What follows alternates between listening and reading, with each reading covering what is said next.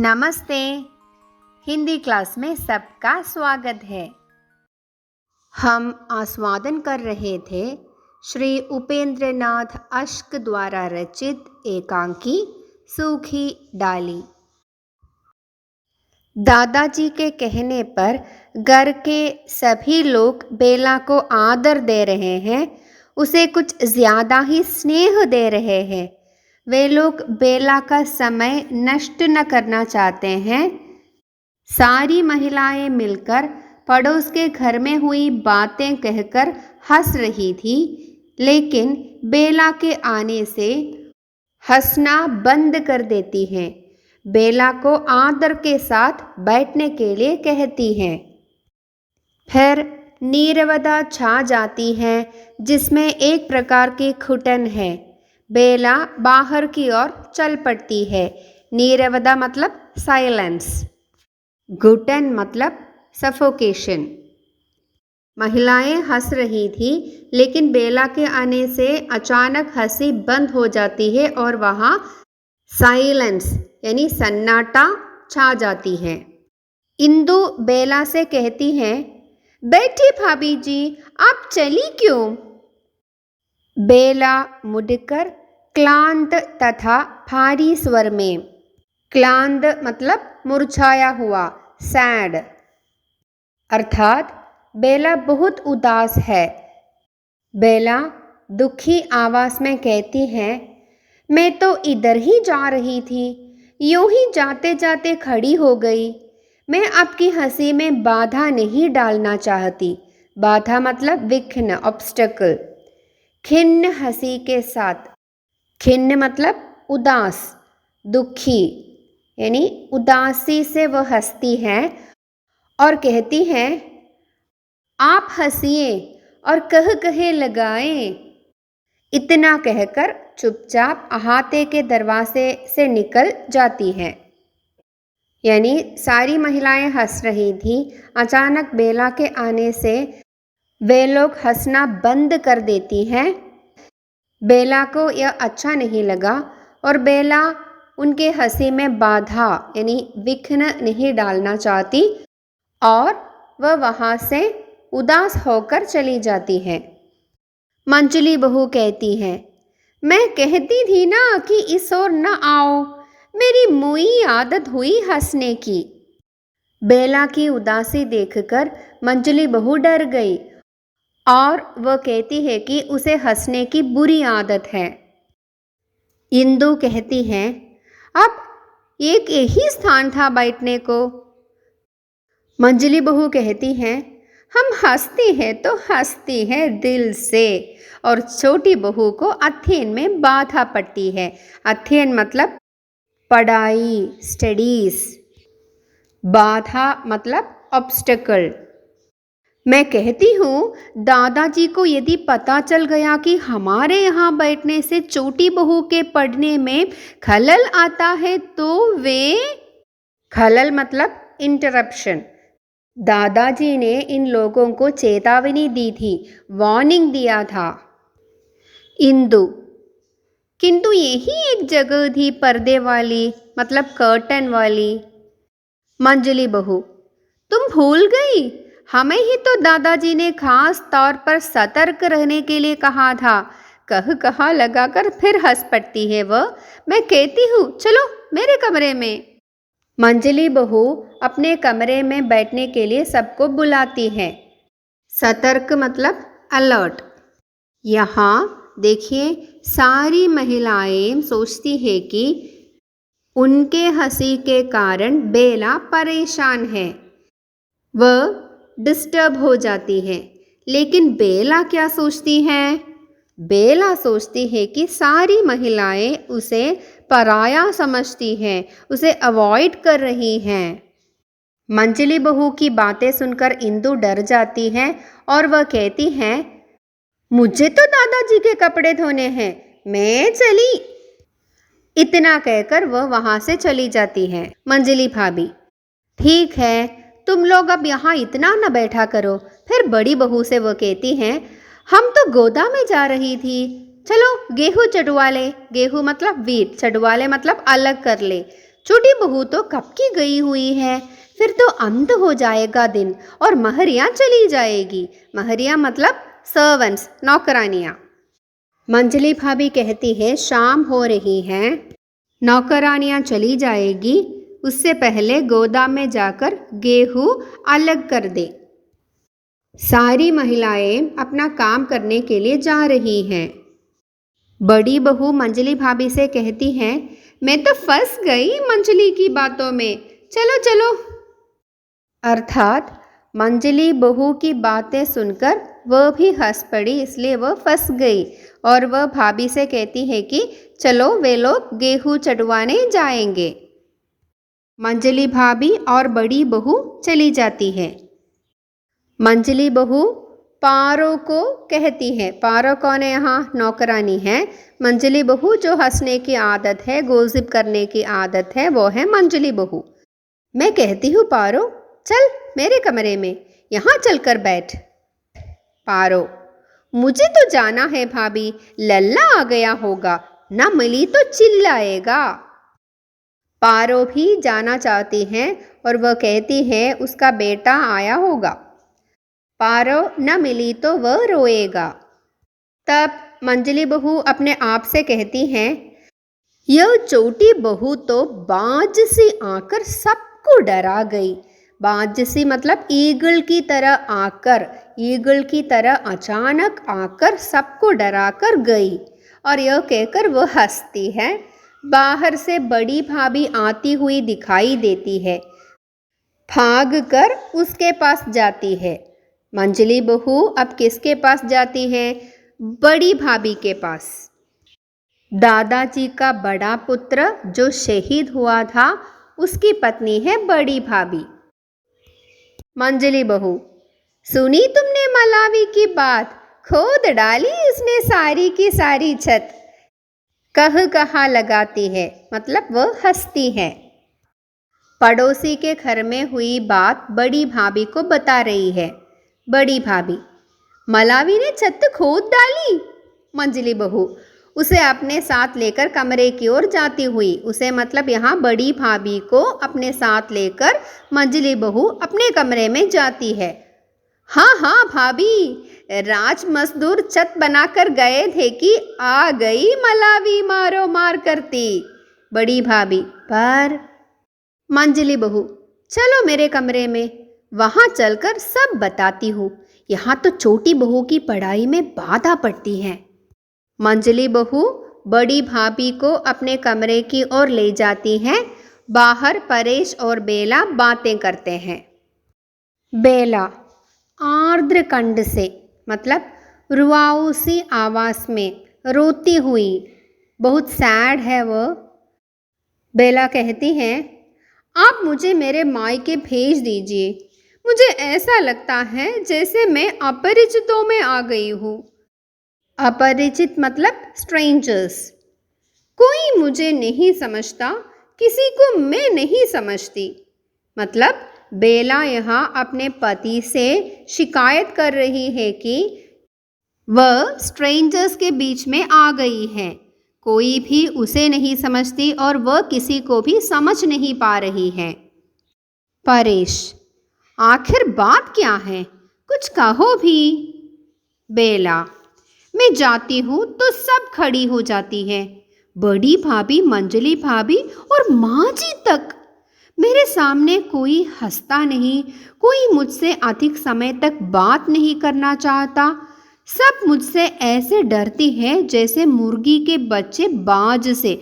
मुर्गी के बच्चे मतलब चिकन, बाज मतलब ईगल्स। मुर्गी के बच्चे, छोटे छोटे मुर्गी के बच्चे हैं ना, बच्चे ईगल से, बाज से कैसे डरते हैं, उसी तरह सभी लोग बेला से डरते हैं।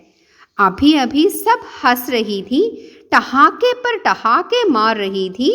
मैं गई तो सब ऐसे सन्न रह गई जैसे भरी सभा में किसी ने चुप की सीटी बजा दी हो।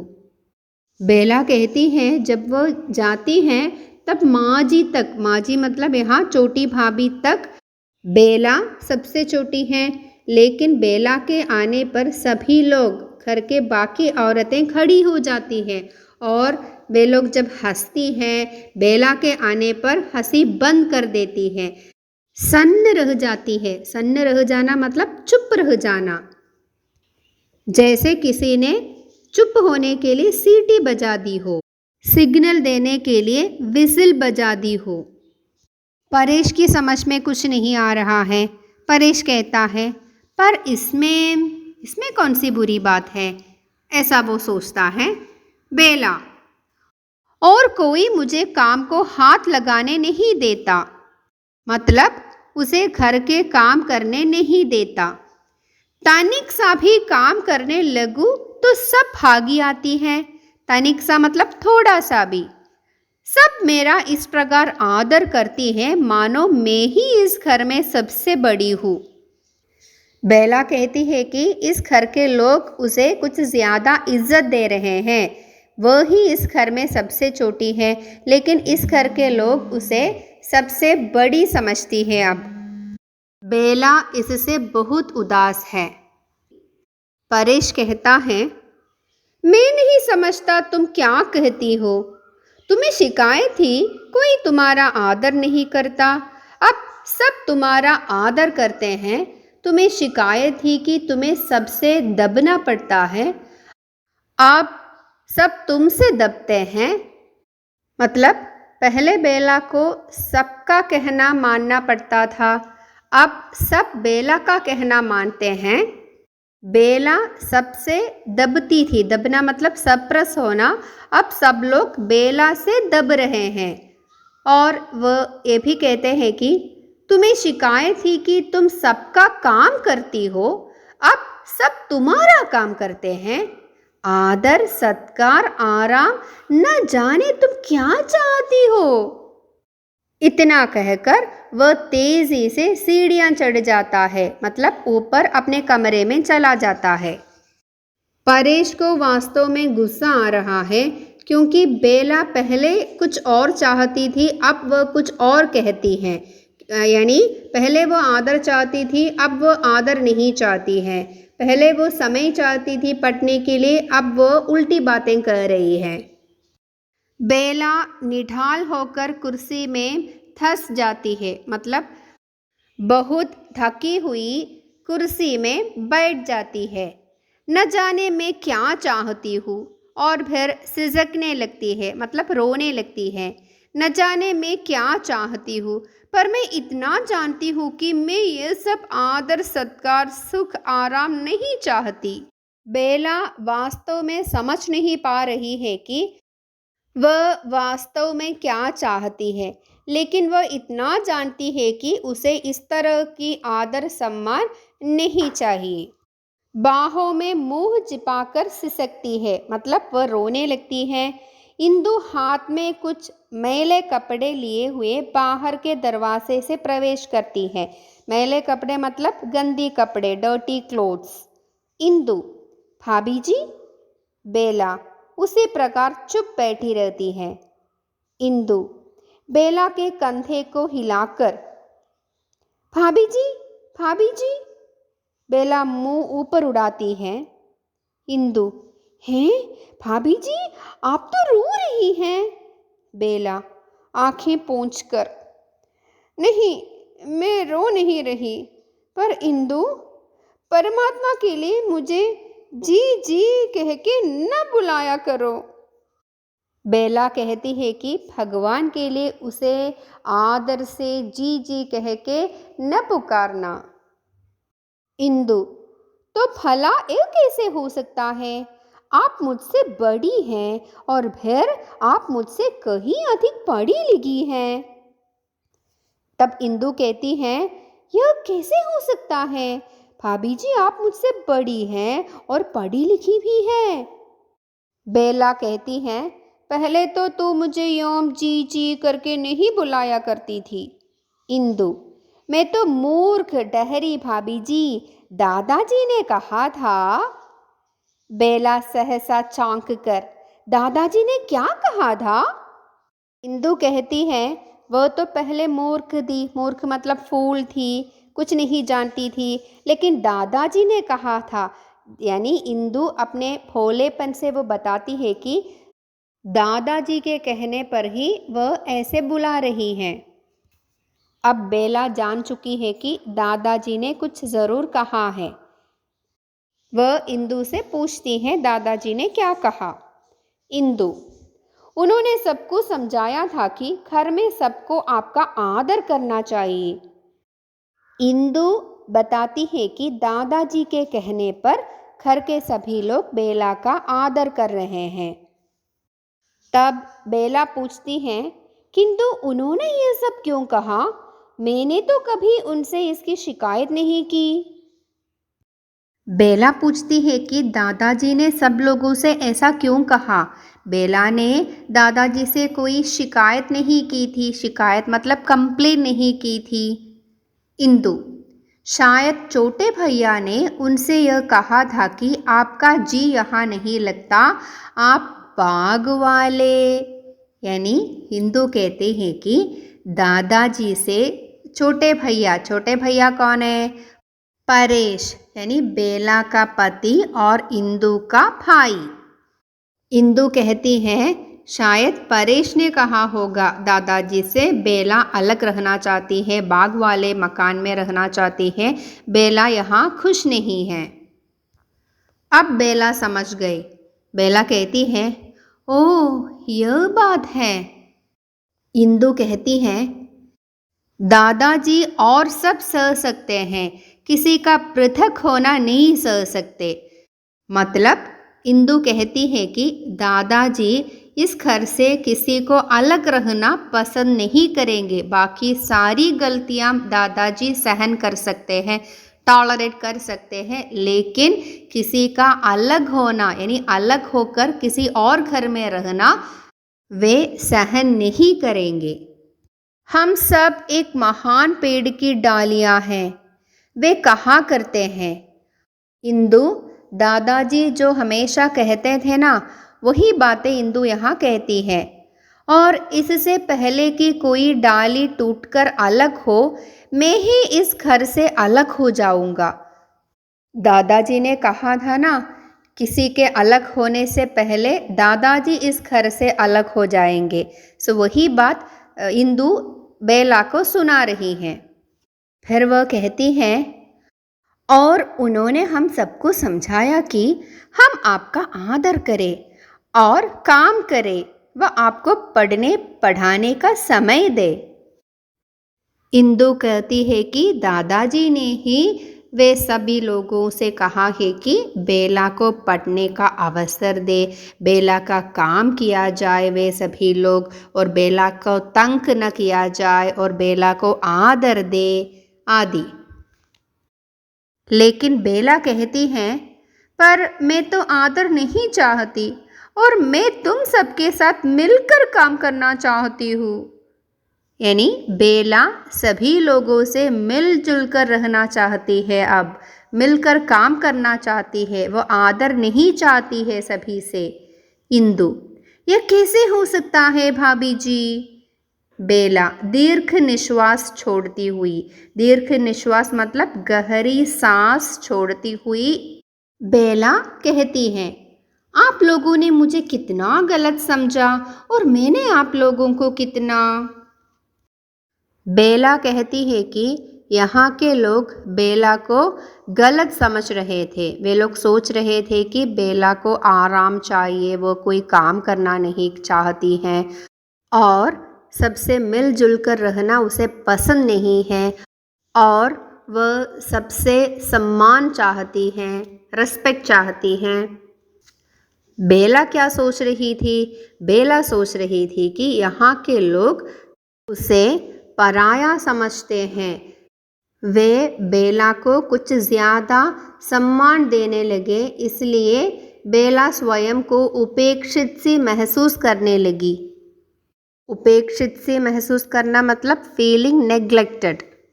वास्तव में बेला बहुत अच्छे स्वभाव की थी और यहाँ की महिलाएं भी बहुत भोली भाली थी। बेला पढ़ी लिखी है, समझदार है, वह अब सारी बातें समझ चुकी हैं। इंदु कहती हैं, आप कैसी बातें करती हैं? लाइए कपड़े लाइए, मैं दादाजी के कपड़े धोने जा रही हूँ, साथ ही आपके भी फटक लाऊं। फटकना मतलब धोना। दादाजी ने कहा था ना, बेला का काम भी सब लोग आपस में बांट ले, इसलिए इंदु बेला से उसके कपड़े भी धोने के लिए मांग रही है। बेला चुप सोचती है, यानी कुछ नहीं बोलती है और कुछ सोचती है। इंदु, भाभी जी, बेला कहती है, जैसे मन ही मन उसने किसी बात का निश्चय कर लिया हो, यानी बेला ने अपने मन में कुछ निर्णय लिया है। मैं भी तुम्हारे साथ जाऊंगी, मैं भी तुम्हारे साथ कपड़े धोऊंगी। बेला की मानसिकता बदल गई और उसने निश्चय किया कि वह सबके साथ मिलकर काम करेगी। लेकिन इंदु ने क्या कहा, दादाजी नाराज होंगे। तब बेला ने कहा, मैं दादाजी से कह दूंगी। तब इंदु कहती है, भाभी जी ये आप क्या कर रही हैं? बेला जवाब देती है, मुझे केवल भाभी कहा कर मेरी प्यारी इंदु। यानी बेला कहती है कि उसे यह सम्मान या रिस्पेक्ट नहीं चाहिए। इंदु प्यार से भरे हुए गले के साथ, भाभी। बेला खुश हो जाती है और वह कहती है, चल कपड़े धोए, धूप निकली जा रही है। इंदु, पर कपड़े कपड़े कहाँ हैं? बेला जवाब देती है, मेरे कपड़े आज रजवा ने धो दिए थे, सलवार कमीज ही तो थी, चल मैं तेरी सहायता करूंगी। बेला कहती है कि उसके कपड़े रजुआ कौन है? नौकरानी ने धोया है, इसलिए वह इंदु की सहायता करेगी आज। दोनों चली जाती है, दोनों बहुत खुश है। कुछ क्षण बाद बरामदे में कपड़े धोने का शब्द आने लगता है। दादा गैलरी की ओर से हुक्का गुड़गुड़ाते गुड़गुड़ाते मल्लू की अंगुली धाम में प्रवेश करते हैं। यह मल्लू कौन है? दादाजी का परपोता। दादाजी मल्लू से कहते हैं, हाँ बेटा, तुम्हें मेले में ले चलेंगे, जो तू कहेगा वही खिलौना ले देंगे। मल्लू कहता है, मैं उड़न खटोला लूँगा। उड़न खटोला मतलब फ्लाइंग मशीन, एक तरह का खिलौना है। मल्लू कौन सा खिलौना मांग रहा है? उड़न खटोला, है ना। सहसा बाहर के दरवाजे के पास जाकर ठिठक जाते हैं।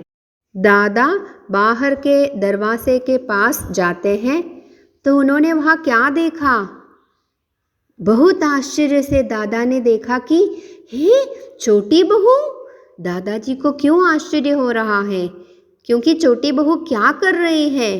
कपड़े धो रही है ना। इसलिए दादाजी को बहुत आश्चर्य हुआ और वे बेला को बुलाते हैं, हे छोटी बहू। तब इंदु बाहर से बोलती है, मैंने तो बहुत तेरा कहा पर भाभी मानी नहीं। इंदु तो डर गई। इंदु ने क्या सोचा? इंदु ने सोचा कि दादाजी अभी इंदु को डांटेंगे, इसलिए इंदु ने कहा कि उसने बहुत बार बेला से कहा था, यानी भाभी से कहा था। दादा बेला को बुलाते हैं, छोटी बहू इधर आ बेटी। बेला शर्माई हुई दरवाजे के पास आ खड़ी होती है। बेटा, कपड़े धोना तुम्हारा काम नहीं, पढ़ लिख कर। यानी दादाजी कह रहे हैं कि कपड़े धोना बेला का काम नहीं है, तुम्हें पढ़ना है। इंदु अपनी भाभी के साथ ही आ खड़ी हुई थी। वह बीच में बोलती हैं, मैंने बहु तेरा कहा पर भाभी नहीं मानी। बहु तेरा मतलब बहुत बार, मेनी टाइम्स।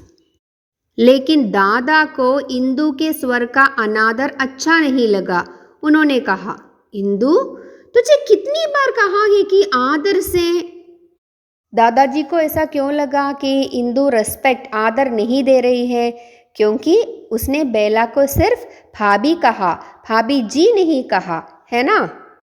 तब बेला बीच में ही भावावेश के कारण रूठे हुए कंठ से, मतलब इमोशनली रुआऊ सी आवाज़ में वो कहती है, दादाजी आप पेड़ से किसी डाली का टूटकर अलग होना पसंद नहीं करते, पर क्या आप यह चाहेंगे कि पेड़ से लगी लगी वह डाल सूखकर मुरझा जाए?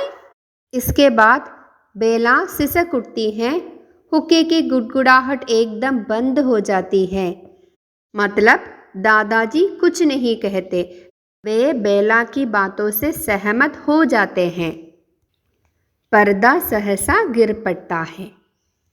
बेला यहाँ कहती है कि दादाजी पेड़ से एक भी डाली टूटकर अलग होना पसंद नहीं करते, लेकिन पेड़ से लगी वह डाली सूख जाए तो, मतलब बेला इस घर में ही है अब, लेकिन वह इस घर में अब खुश नहीं है।